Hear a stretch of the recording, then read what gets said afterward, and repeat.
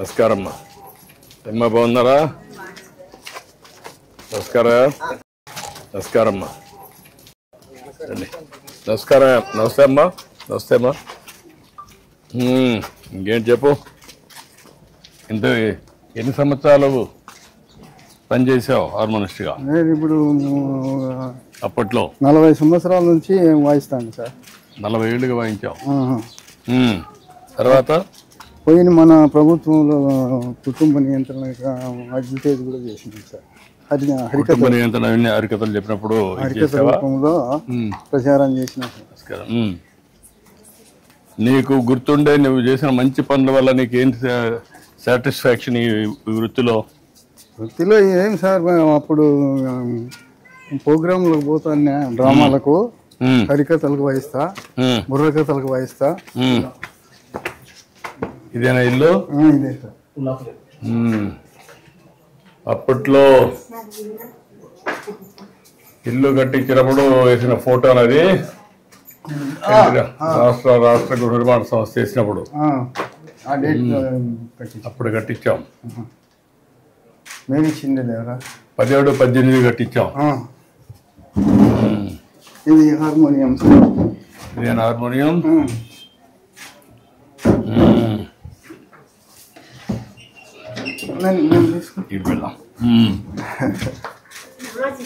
నమస్కారం అమ్మా, బాగున్నావా? కూర్చోమ్మా కూర్చో. ఇప్పుడు ఇవన్నీ తగ్గిపోయినాయి కదా? ఇవి ఇంటికి పట్టించుకోరు సార్, ఇప్పుడు తగ్గిపోయినాయి. అంత మ్యూజిక్, అంత మోడర్న్ మ్యూజిక్ అంతా వచ్చేసింది. సోషల్ అంతా అంత ఆధునికమైన పనిముట్లన్నీ వచ్చేసాయి. కరెంట్ బాక్సులు వచ్చినాయి. అయినా కానీ ఈ సంగీతం నచ్చదు సార్. అంటే కొన్ని దిక్కల కొంతమంది ఉత్సాహం కూడా చూపిస్తున్నారు, కొంతమంది ఇంకా అక్కడ ఉండే కళ్ళ ఉన్నాయి సార్. ఇక్కడ పల్లెల్లో మాత్రము తగ్గిపోయింది. ఈ టీవీలు వచ్చినాయి, సినిమాలు వచ్చినాయి, అందువల్ల పని చేస్తుంది. ఇది చేస్తాను సార్. ప్లే చేయి.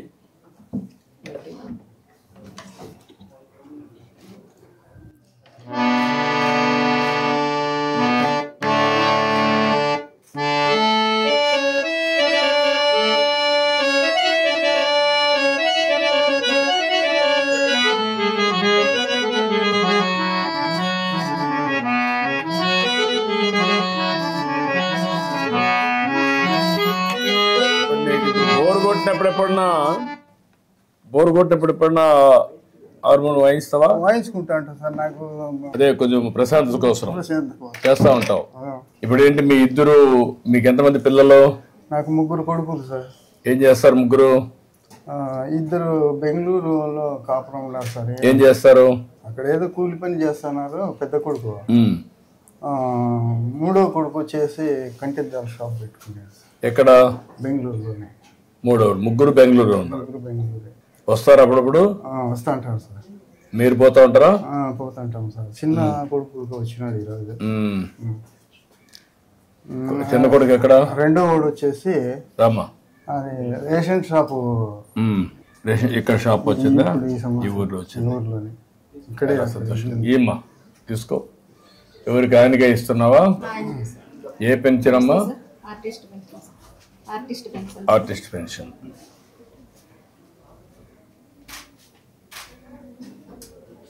ఇది కూడా నేను పెట్టిన పెన్షనే మీకు, ఆర్టిస్టుల కోసం.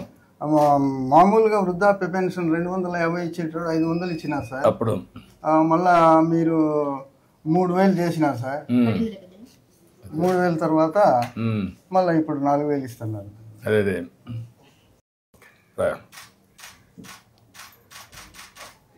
చాలా సంతోషమయ్యా. ఇది ఒక పవిత్రమైన భావంతో ఇస్తున్నాను.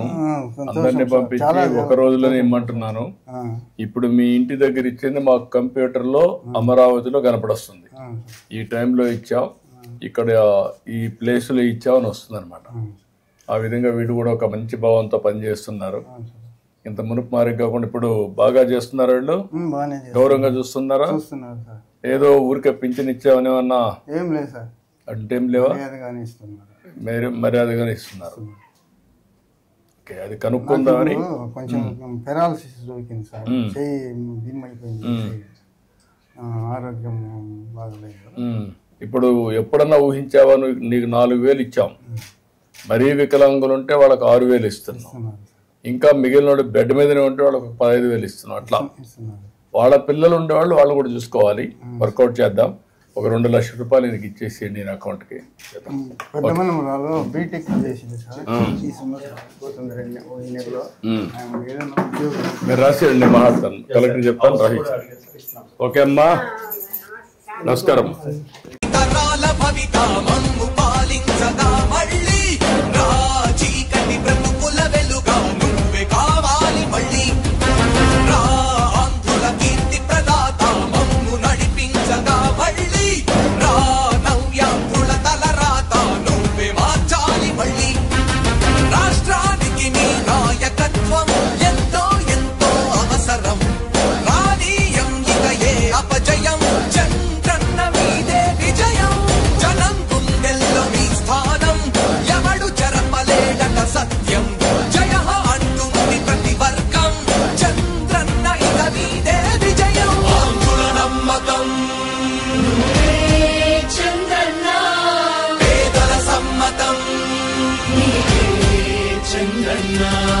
ప్రగతి ప్రభంజనం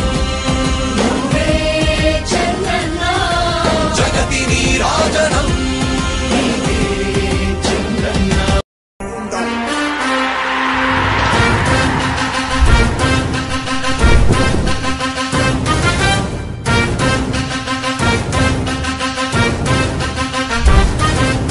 ఆంధ్రుల నమ్మకం, పేదల సమ్మతం, అదిగో చంద్రన్న ఆగమనం. ప్రగతి ప్రభంజనం జగతి నీరాజనం, అదిగో వస్తుంది తెలుగు తేజం. జయ హో, జయ హో.